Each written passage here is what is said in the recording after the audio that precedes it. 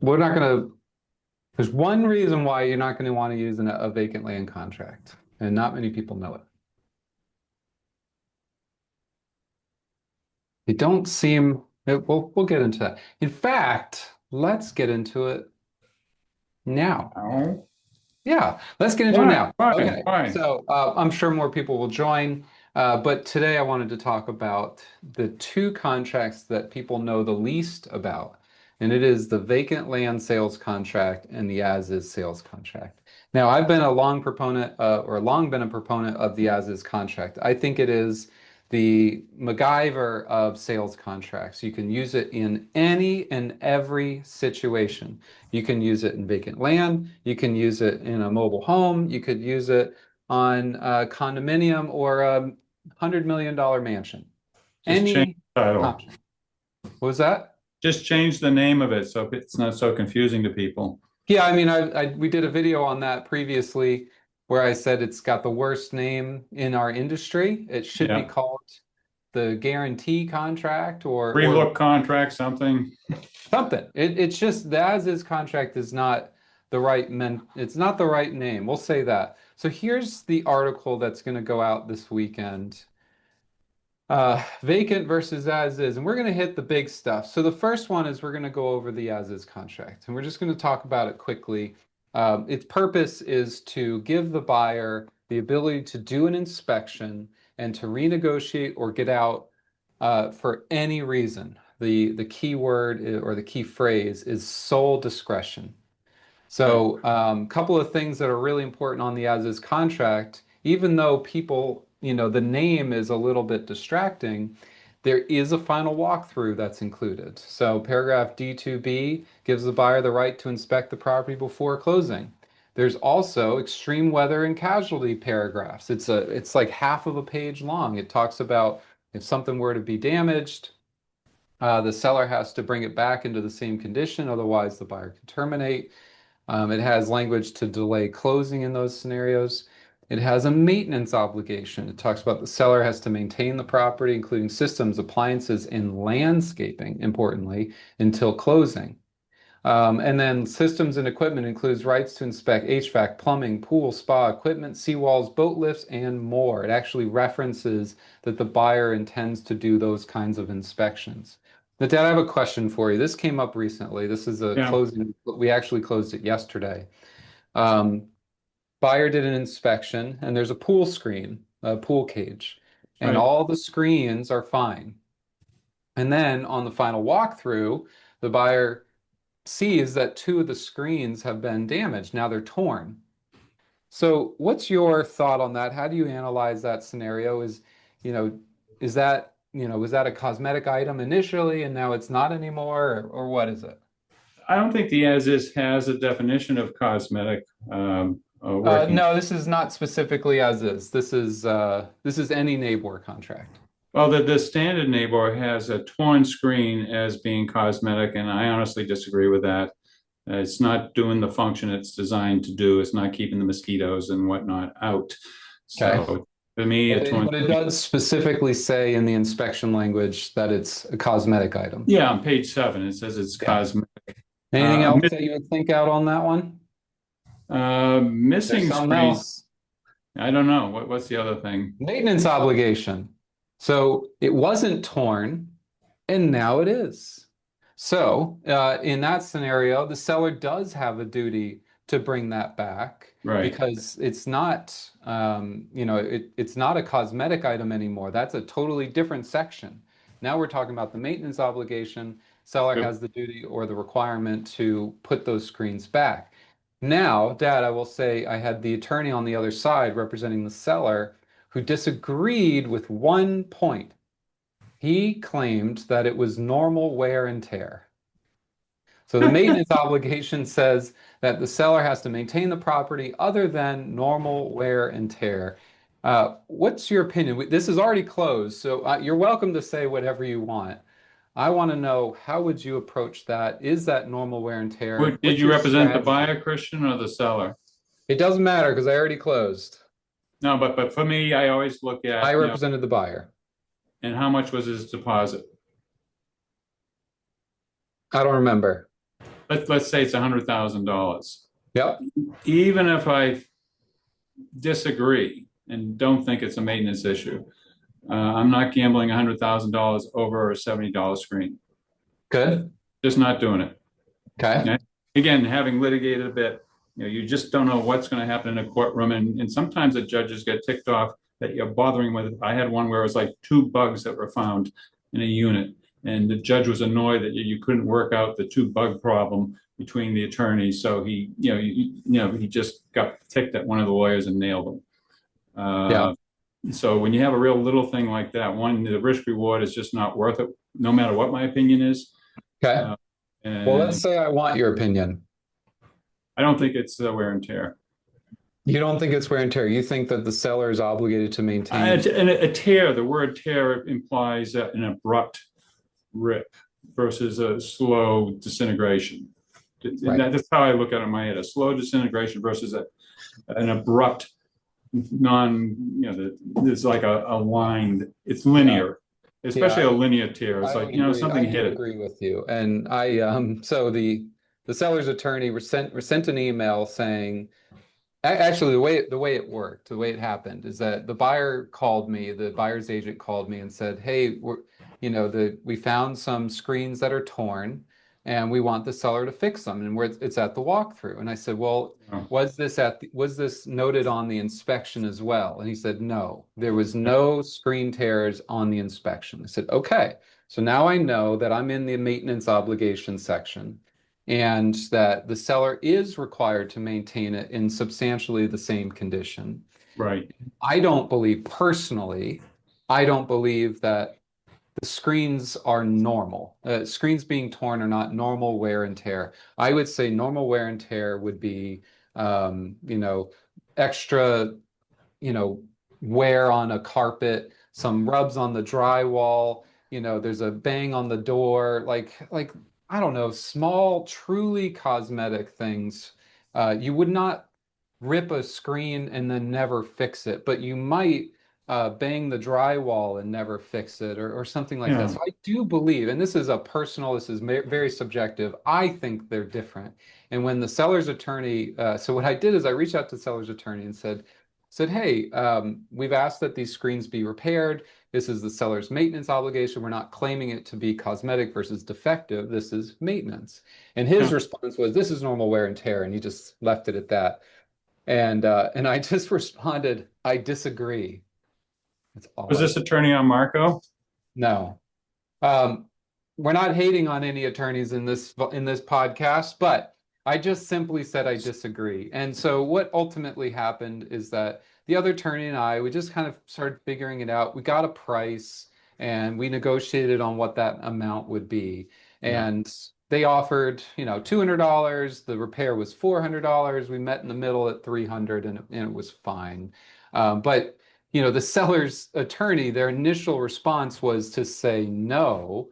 And, it's like playing poker. And Dad, you and I have talked about that before. It's exactly like playing poker. Yeah, don't bluff, don't lie, but also don't just roll over. I mean, I'm not gonna, you made your point about how much is the deposit. It's about the I money. wasn't at that moment, I wasn't risking the deposit. Right. That would have been something if the seller was adamant that the answer was zero, then I would have had that discussion with the buyer and I would have put that in their hands to decide. But initially, I just wanted the seller to do what was right. And I had a little bit of background on the contract to kind of enforce that. Yeah, there are certain attorneys you and I know in town who knee-jerk reaction is to say no to the sky Right. is blue. So you got to deal with that. And then you have clients who are the same way, either by virtue of where they're from or what they do for a living. They just automatically disagree.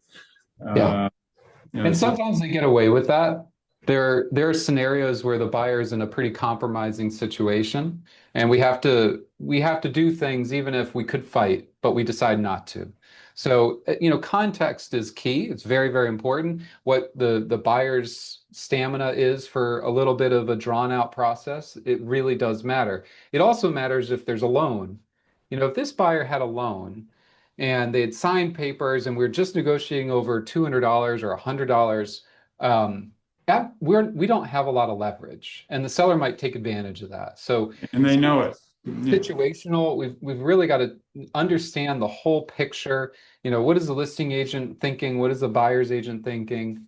All of Well, you could that. flip it around, Christian. The seller, you might know, or the buyer might have learned that the seller intends to use the money from the sale to buy some other property, and the closing is next week. So we know Yeah. we got them over the barrel. So it goes Yeah. both ways. It goes both ways. So you have to try to avoid putting yourself in that compromise, and that way you can negotiate in good faith. Honestly, that's all I crave is I want a good faith negotiation. I do believe that the seller's attorney was operating in the same way yesterday, and we came to a solution that worked. It just What, worked. I here's one loved it. for you, Christian. What about an air conditioner that breaks the week before closing and you need a new one? Yeah, tricky. How's that? Very, very tricky. Now, I don't have a good answer for this. Again, I think it goes to situational and context. The seller is required to maintain that unit, Right. but they're not necessarily required to give you a brand new one. So I think what It typically doesn't really happens, say though, does it? I it doesn't mean, say. Yeah, it it's leaves it silent. very vague. I think that what should happen is the seller fixes it. But before actually fixing it, they offer what the cost would be as a credit to the buyer and let them just replace the whole unit. That's what I would love to see. And I think that's good faith. It's like, look, it's going to cost me $2,200 to fix the air conditioning, to put some band-aids on it. But for $5,600, you can get a whole new unit. Maybe we split it. Maybe I pay the 22 and you Yeah. pay the balance. This happened with your sister. That's why I Yeah. asked. And I think the way they ended up doing it, they split the cost. I They think they that they was, split it, but they wanted to use their company, not the one we wanted. But hey, I told your sister, thank God the thing didn't break the week after closing. Then you yes. And really that is so important to remind a buyer is it's not about what was unfair. It's what we avoided. It's finding aren't a, you lucky? yeah. And anytime I have a buyer or a seller that's fighting me on some of this stuff, I have a couple of go-tos is one, you mentioned it. What if this had happened a week after And closing? that's what I told your sister. I said, thank Yeah. God. I You say mean, this is a wonderful you get a opportunity. brand new Yes, air conditioner. it's a cost you weren't expecting, but you're going Yeah, to benefit from it for the next 10 they years. split it in that case. They Yeah, just split and it down the middle. that was awesome. Separately, when a seller is deciding whether to do repairs or not, my advice to most sellers is act as if you were staying in the home. Act Yes, if you weren't selling. So, and this goes back to the mold issue. Under the NABOR standard contract, mold, it has to be toxic in order to be a defect. So right, you have this moment where it's non-toxic mold. The buyer put it on their election, but they know it's not a defective item. So the right. seller technically could say no. But my advice to a seller is don't do that. Act as if you were staying in the home. Clean, steam clean, have the air conditioning serviced, get a mold defogger or the fogger. Try to evaluate what's causing the issue. Is it a window? Is it a roof leak? Is it a plumbing, pinhole leak behind the cabinet or something? That's what always bugs me with the mold disclosure or the mold reports that we get. They rarely tell you what the cause is, so it's hard to evaluate it. Yeah. And I also tell the seller in those cases, adding to what you already said, one, you're going to have to, if this falls apart, you're going to have to disclose it to the next buyer, and so you Oh just, yeah. you cannot kick this can down the road. And And you two, might and you might own the house if this falls apart. You're going to yeah, own it for the next do you couple of want to months. live there with this mold in there? You might have Yeah. somebody with a compromised immune system, somebody with respiratory issues in your family. And do you want this? I mean, especially when all you have to do is clean the ductwork or, change Right. filters or something Right. minimal. Exactly. And the buyer, they're not allowed to do invasive testing. So I'm sure if they were, maybe they could actually diagnose why the humidity or the mold count is high. So I did have this same issue yesterday. So the buyer did an inspection. They discovered a slightly elevated Penicillium aspergillus, Right. and they put it on their election. And the seller asked me, "What do I do?" I said, "Clean." I asked him first, is the window leaking? Is the roof leaking? Is there any moisture in the drywall? Do you need the moisture? I even offered my moisture reader that I have at home. I said, I want you to first make sure there's no leak. But if there isn't, and it's a slight elevation of this Penicillium aspergillus, which is a non-toxic mold, I said, I want you to build goodwill with this buyer. I want you to make them feel comfortable because the worst thing you could do is get confrontational or say no. Yeah. This buyer has a $300,000 deposit down, so he's all the way in. Let's call Stanley Steamer. Let's buy some biocide, mold cleaner. Let's wipe everything down. Let's get the furniture out of there, clean the carpets, and have the air conditioner serviced and the coil cleaned or something like. Yeah, And then you something can go back minimal. to the buyer and say, hey, we're going to do all the defective items. And regarding the mold, even though it's not defective, we've cleaned the entire room, serviced the air conditioner, and fogged with biocide or whatever other product you might use. What are they going to do? They're going to yell and scream and say you didn't do enough? Maybe. The seller had another option, which he liked. He wanted to split the cost of having a mold remediator come into the house. And I thought that was good too. It's like reach out to the buyer's agent, tell him, hey, look, it's not a defective item, but I'll split the cost with your buyer and we'll get it done the way he wants it done. I thought that was good too. So we're going to find a good compromise in that I sense. try to be specific on what the seller's going to do. If the seller can get a proposal from whoever on what they're going to do, this is what Yeah, the seller's agreeing to do rather than saying, I'm going to fix it. Because that, without yeah, knowing the source of the problem, you don't know how demanding the buyer is going to be on the walkthrough. yeah, absolutely. But that goes to the other part. The NABOR standard contract or the FAR standard contracts, defining what's defective or working condition or non-working. What a pain. So let's go back to the as-is contract. Um, here's the overarching thing. Last week we talked about how now that there's the extended condo review period, 7 business days, Yeah. in my experience or in my advice would be to use the as-is contract on every condo, if not every deal. And you can. The as-is contract is the most versatile contract. You can use it for anything. You can use it for single-family homes, condos, townhouses, manufactured mobile homes on owned land, homes with seawalls, docks, pools, or any property where structures or systems or material are part of the sale. The thing I didn't put on here, would be just a boat dock. So if you're selling, there are certain agents out here that are doing boat dock sales, slip Right. sales. And it's a little tricky, but the as-is contract would fit that the best in my experience. That's However, some people use the vacant land contract. So let's go over that next. So NABOR vacant land contract, raw land or property where the structure is irrelevant or non-existent. Could Let me I say that again. interrupt? I'm sorry to, you mentioned landscaping on your prior page on the maintenance obligations. Yeah. Is there the 1% cap that you have in the standard NABOR contract there? I honestly don't know. Yeah, I think it's the exact same language as the standard. Exact same. So again, we have that dichotomy between maintenance and what's defective. They don't always coincide and say the same thing. It's like Hmm. there's no real definition of what working condition and cosmetic on maintenance versus there is in the standard contract. Well, you get into No, no, maintenance. it's the maintenance sections are the same. Okay. All Yeah, right. they're the exact same. Let me see if I can pull that up for us. You get 10 acres you're buying and a bunch of trees get knocked down, you get a credit for all the trees. Yeah, the maintenance obligation is the same. So this is the as is NABOR contract. Here's I'm just your wondering the cap to maintenance 1% of the obligation. purchase price.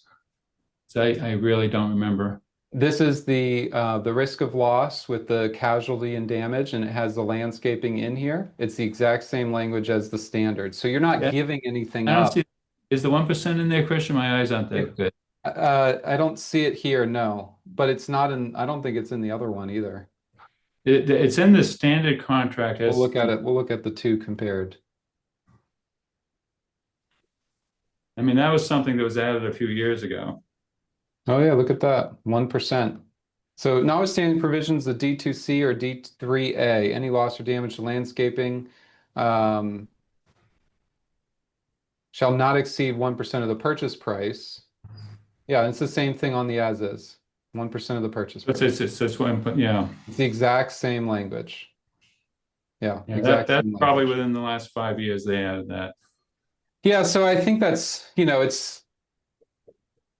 hopefully we don't have to use that very often. It does happen, but we don't use it that often, which is good. Let's see if I can share going forward. Now, actually, before I do that, I want to show you the vacant land contract so that you can really see the difference. Of course, I don't think I have it downloaded. Disclosures are a lot different in the two. They're I'm going to go over what the real differences are All right. on that. So if you look, this is our vacant land contract with NABOR. And the first thing to consider is that the inspection clause is very similar to an as-is contract. The buyer has the right in their sole discretion to evaluate the property and either terminate or move forward. It's very similar. Now they do mention different things. They talk about building laws, restrictions, wetland determination, environmental conditions, restrictions, presence of radon, soil and grade, presence of termites and other wood destroying organisms, availability of water, sewer, and other utilities. What you're seeing is more language suited for development. So what a builder might need to know in order to build on the property. What are the limitations on square footage or minimal standards for square footage, zoning requirements, things of that nature. But it does say in here um, that buyer deems necessary and appropriate to determine the suitability of the property for buyer's intended use. And Buyer, by buyer's the sole agents shall have the discretion right to enter in the there somewhere. property. Buyer will indemnify. Buyer will not cause any construction liens to be placed on the property. If buyer determines for any reason that the property is not suitable for buyer's intended use and notifies seller the same prior to the expiration of the due diligence period, buyer may terminate this contract. The only other things that it said, I think that's it. But ultimately, what you're thinking is it's meant to guide the buyer on what kind of inspections they might do on a vacant land deal. Right. So I used to develop property, and this is the type of stuff we would do. We would do a traffic impact analysis. We would do a environmental phase one. We would do go through zoning, and this is what that's meant to do. So would you use this on a boat slip? No. Would you use this on a tear down? Maybe, but maybe not. And I'm going to give you another example as to why you wouldn't use it on a teardown. I had a client just on Monday. So this week's been a busy week. We had a client on Monday who bought a teardown.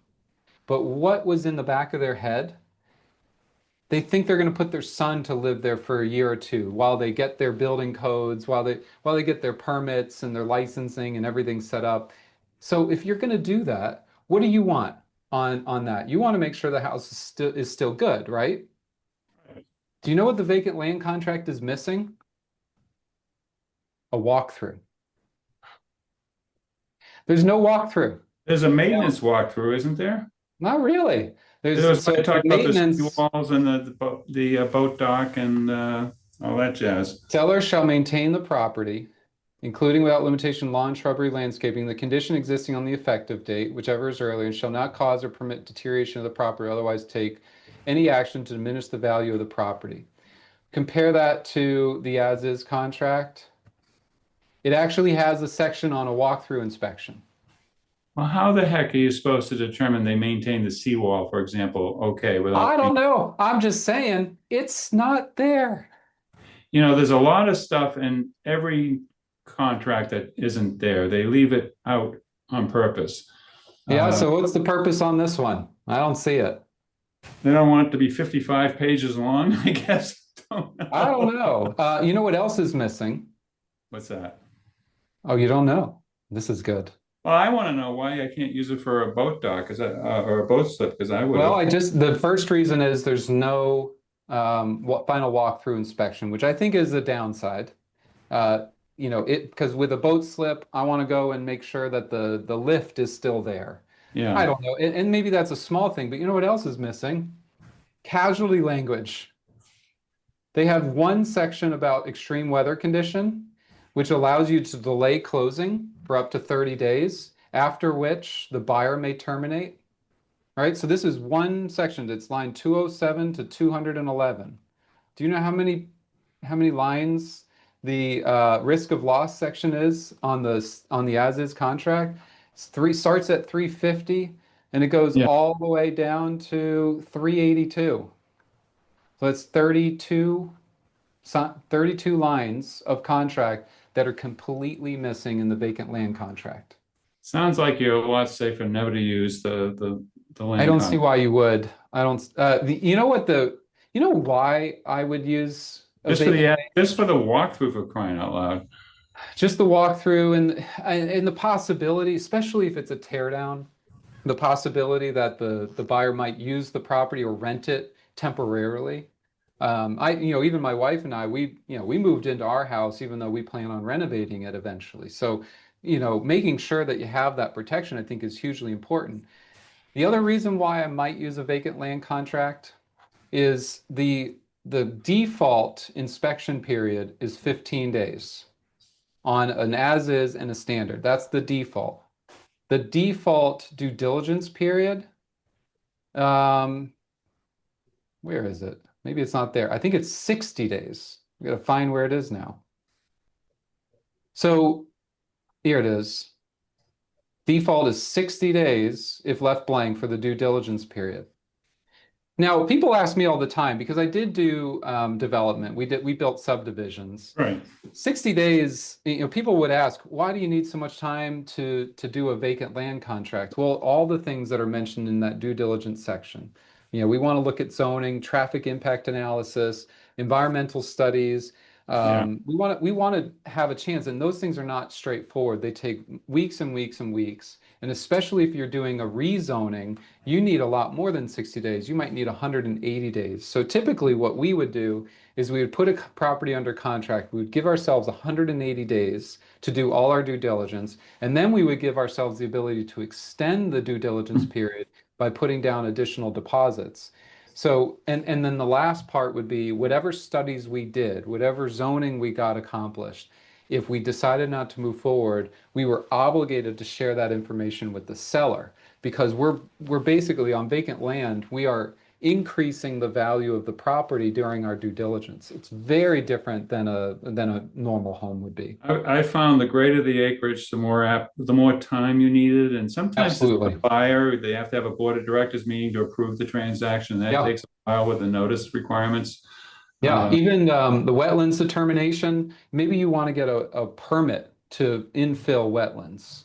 Well, that's Army Corps of Engineer possibly, even if it's not, that's a pretty lengthy process to I go mean, you through. might be going through phase one, and the phase one might require you to do a phase two, and it just goes on and on, which I've had.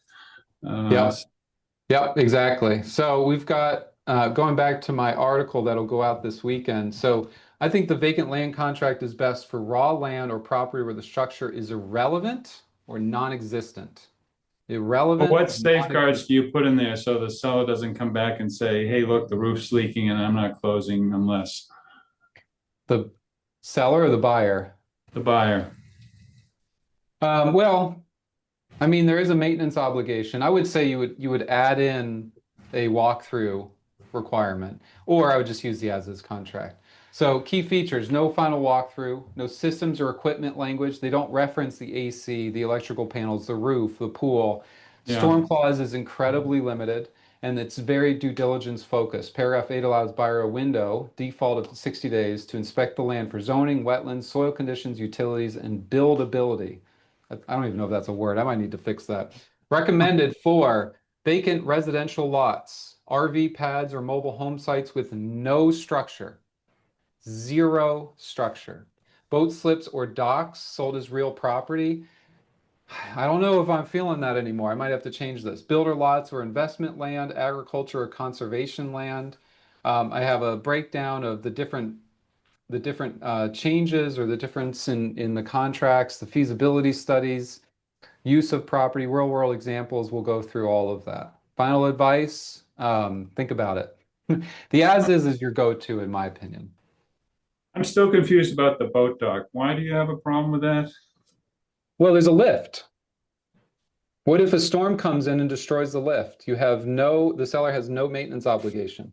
What if you're involved with this contract and say you want to just eliminate landscaping and the lift from the maintenance? Just exit out, initial and date. You want to X out because The landscaping bothers me. If you're buying like 100 acres, okay. you don't want some guy coming in and saying, 50 trees that they're going to get rid of anyways got knocked down, and now I'm going to use that to ding your cellar. So Well, I don't like. on an as is. I mean, you're not wrong if that's what you want to do. That there on the as is contract, there's a 1% limitation. Yeah. So maybe that's okay. Maybe that's a risk you're worth taking, depending on the time of year. But yeah, The maybe. boat dock thing with the lift, I mean, because you had that same argument over the screen, is this maintenance or what is it? I mean, there's no, limitations to the useful life of the lift like there is in the standard contract. Just exit out, X the lift out, exclude That's the that. only reason you're buying it, though. So lifts are $100,000. If you're buying a boat slip, and if it's a Yeah. deeded boat slip where you own the fee simple, and it's not just an assignment of a And so sub. you don't think the lift is worth anything? No, I think it's worth something, but not all boat docks are worth the same. I mean, some you own, like that property my father owned, he owned the submerged land, and that's rare. Usually you have a Yeah. lease with the state and you get an assignment of a sublease. Yeah. So that would have less value in my mind than where you Yeah, I actually think bay bottom. ultimately you just have to consider where the value is and when your seller or buyer would be Yeah, upset if something happened. okay. That But you so can tweak it. The landscaping bugs the crap out of me if it's 10, 20, 30 acres. yeah, I yeah, you're need probably right about that. Mike, you have a large piece of property here in Naples, and when, did after Irma, you had a lot of trees fall. What would you think if you were the buyer and someone was under contract with you on that property and 50 trees fell? How many did you lose?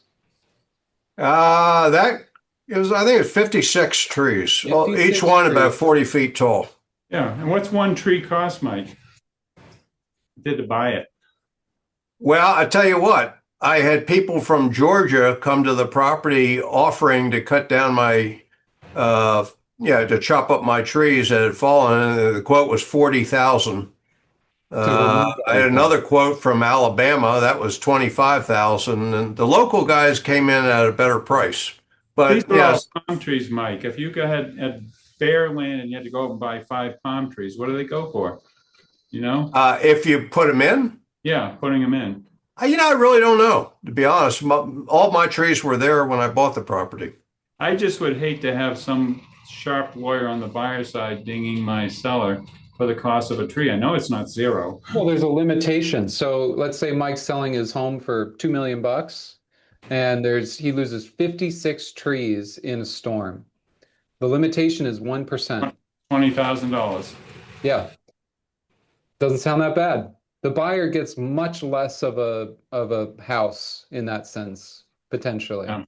I'll tell you where So people get surprised is after a storm when they check their insurance policy to see, tree removal, what the coverage is. I mean, there's not a lot it there. doesn't cover much. Yeah, I would say for most homes it might be enough, but for yours it certainly wouldn't even scratch the surface.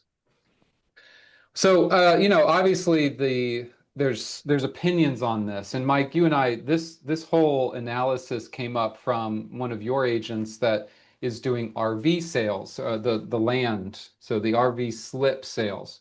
And we treat it from a title perspective, we treat it as vacant land, because there's no structure, there's no RV, I'm not transferring anything of that.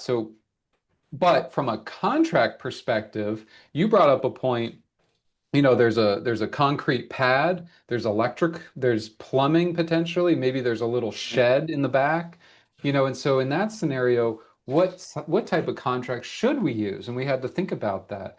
I'm leaning more and more to the as-is contract because it fits everything. We're not necessarily worried about the suitability of the property for development. We're worried about maintaining it in its same condition. And if that shed gets blown out of the water, I want a new one put in its place, or I want it fixed. Do I need a walkthrough inspection? Maybe not, but I don't know. I could easily see you go either way. What did we decide? What did your firm decide on those types of sales? That's That where I walk down the hallway and talk to you, Christian. Yeah, yeah. Honestly, I think you can go either way, but I like the as-is contract. I think it makes the most sense. I Yeah, kind of lean that way.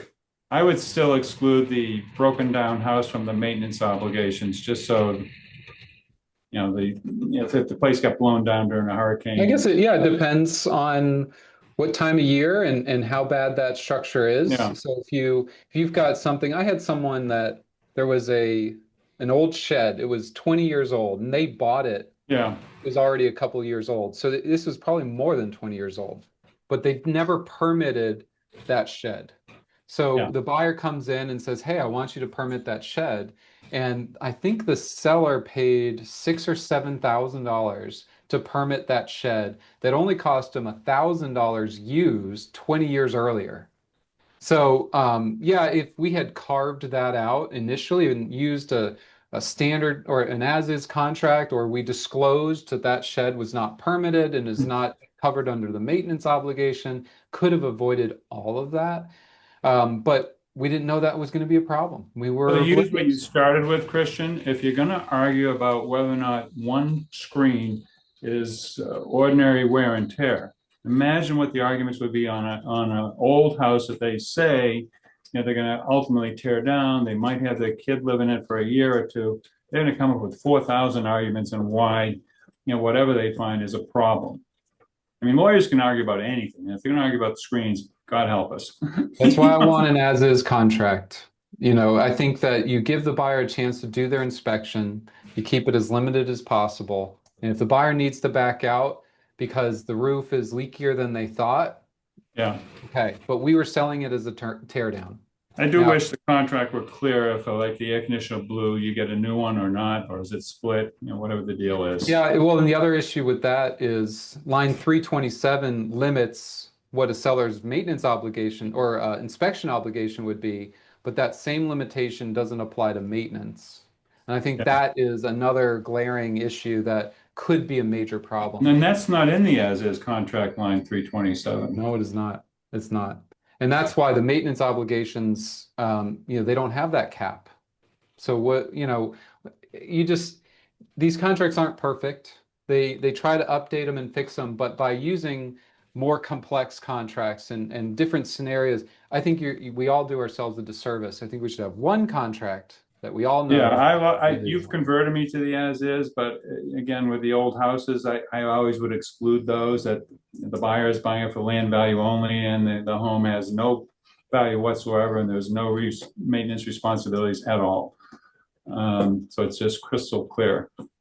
Let me give you an example, Don, of what could possibly go wrong. When I first started with the company, we had a case where the person was buying an old home, really for the land value, tore down the home, and in tearing down the home to build their mega home up, discovered that the house had been flooded and sued the seller.